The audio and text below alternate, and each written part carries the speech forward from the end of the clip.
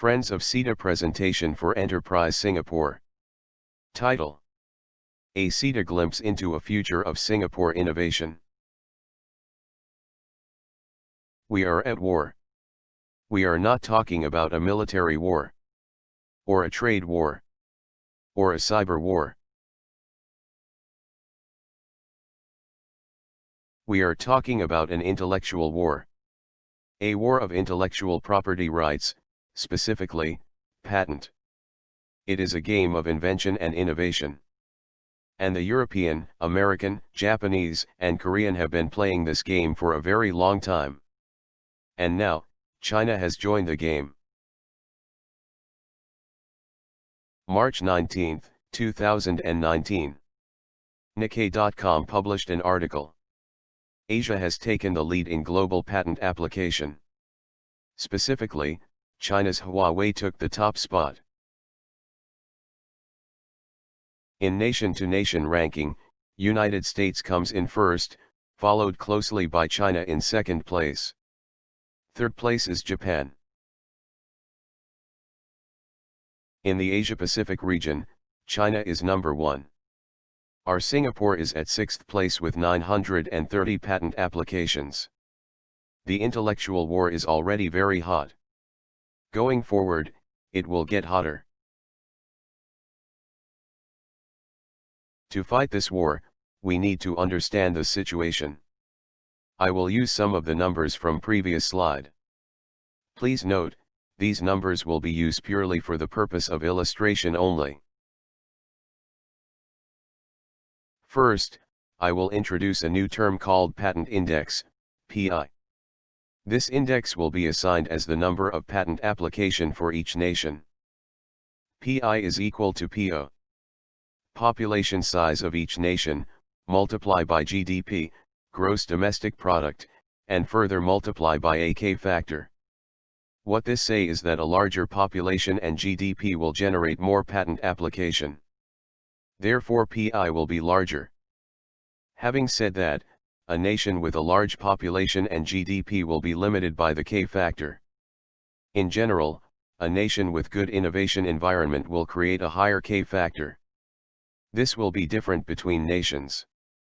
And the K factor is comprises of K factor from multinational corporation, research centers, and universities, small and medium enterprises, and finally individual inventors. Based on the formula, we can calculate the value of K for each nation. K equal to PI divided by population times GDP. Now, we put in data of all nations from the Nike's article. Enter the patent application number in the PI column. Enter the population and GDP data. We can calculate the value of K factor in column 5. For easy comparison, we multiply K by 10,000 in column 6. This will be called K basis point. Lastly, we compute population times GDP. We will plot K basis point against the last column. This graph shows the relationship between the K basis point on the y-axis, against GDP times population in the x-axis. What can we see from this graph? First, the larger the GDP and population, the K basis point or K factor will be smaller. Put it another way, nation with large population and GDP will be less efficient in generating patents. Like United States, China, and Japan. Second, Singapore is small and already very efficient at generating patent. Does this mean that it will be difficult to further increase the K factor? This led us to the third point. Switzerland has a slightly larger population than Singapore, and a GDP which is about 2 times Singapore. But its K factor is significantly larger than Singapore. Meaning, it is possible to increase Singapore K factor. There is a way, and we will show you how in later slides. To increase Singapore's K factor, we look at the 4 components of K. First, K factor for multinational corporations. Singapore already has a highly developed system to encourage innovation and patent application in multinational corporation. there is not much we can do to increase K-factor in this area. Most MNC usually has their own internal product development and patent teams. These teams are already generating large number of patent application. But there is a catch. The catch is the employee's invention trap. It says, if an employee has 100 inventions, he will submit 99 of his inventions to his company. These 99 inventions will help him with promotion and salary increment. He will keep his last and best invention for himself. It is a concept of invent many, submit most, and keep best. Let's look at some examples. Let's take a look at an internet article on an IBM patent. IBM has patented a watch with foldable screen that can be transformed into a tablet. But the interesting issue is that IBM doesn't actually make any of the mobile computer in the industry. The article pointed out that IBM rewards employees for patenting even stupid inventions, tying patents to promotion and internal recognition. This is the employee's invention trap of submitting 99 inventions to his company for the purpose of promotion and salary increment. This is another article by BBC on October 24, 2019 that supports the employee's invention trap. This is Professor Shanks. He worked as an employee under a subsidiary of a multinational giant, Unilever. He invented an electrochemical capillary fill device, ECFD, used by diabetics to monitor their glucose level. Apparently, he was not happy because he felt that he was not sufficiently compensated by the company. The court unanimously ruled that his invention provided outstanding benefit and he should be compensated. However, the spokesperson for Unilever expressed disappointment because Professor Shanks was already fully compensated with salary, bonuses, and benefits. This example clearly shows that there is a large gap between an employee's expectation of reasonable reward versus the company actual reward. This is the reason why the employee will keep his last and best invention for himself. Coming back, most MNC has an internal system for all employees to submit their inventions. This is good, but it still falls into the employee's invention trap. MNC also has easy access to resources in terms of money and product development facilities and equipments. It can therefore generate a large number of patents. Good patents together with bad patents. Let's go to the second K factor for research center and universities. This area is already being heavily invested upon by Singapore government. It is highly developed with its internal research team and a matured system for researchers to embark on their inventions. Like the MNC, it suffers a similar pitfall of the employee's invention trap. It has easy access to resources and generate large number of patents. Good patents, and bad patents. The third K factor is SME, small and medium enterprises. In terms of invention and patent, this area is lowly developed.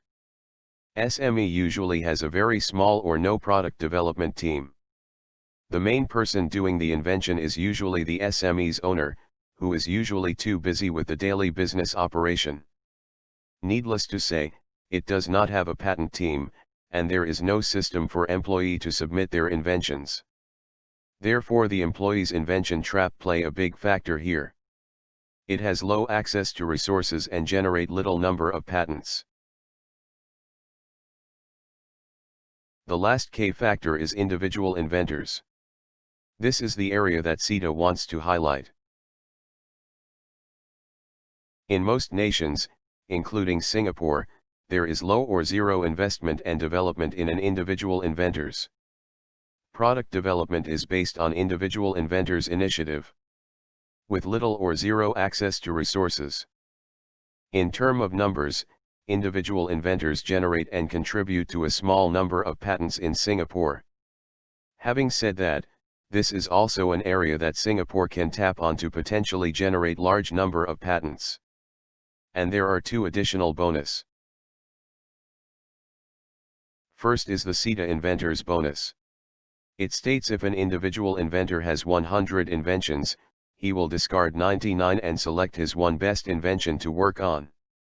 This is because he is using his personal and limited resources.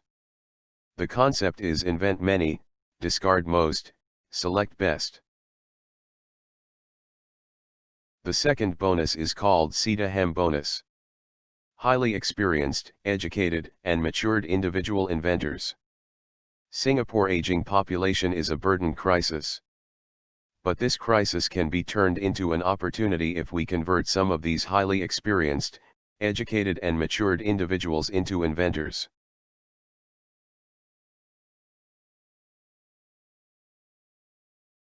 This is where Sida comes in. Sida exists to help individual inventors. We have come up with a system to help inventors. We called it Synapse, Sida Inventor Assistance Program. This system will guide inventors through the whole process of invention, all the way to commercialization. At this moment, we have 3 active projects running. 2 of the projects are already in patent pending status. The last one has already received patent granting notice, waiting for patent grant publication. We are in the process of the last step to commercialization. This is where we like to collaborate with Enterprise Singapore.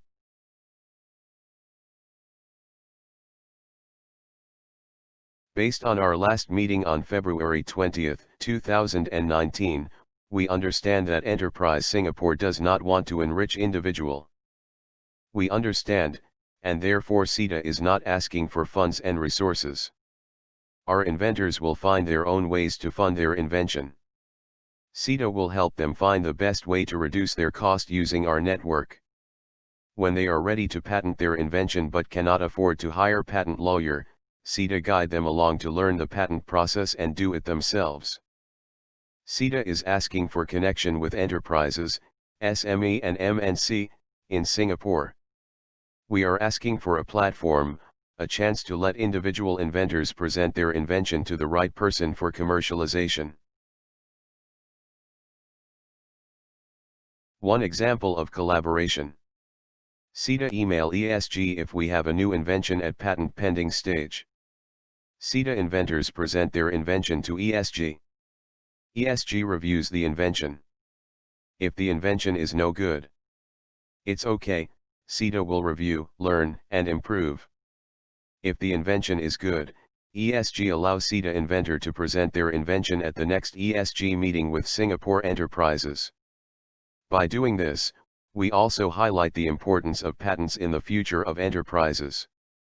This is an alert to Singapore enterprises to develop and protect their intellectual properties, if they want to survive in the global competition. Collaborates with us and elevates Singapore innovation to the next level. If it is not possible due to certain constraint, we understand. And we thank you for your time. We will still proceed ahead, only slower. And hopefully, the opportunity to collaborate may appear in the future.